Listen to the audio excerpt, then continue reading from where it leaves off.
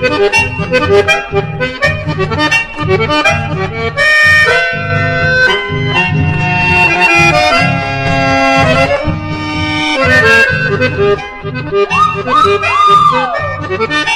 soy torito en mi rodeo de la estancia de Don Machado. A la doradeña no le gusta porque dice que soy toro pillao.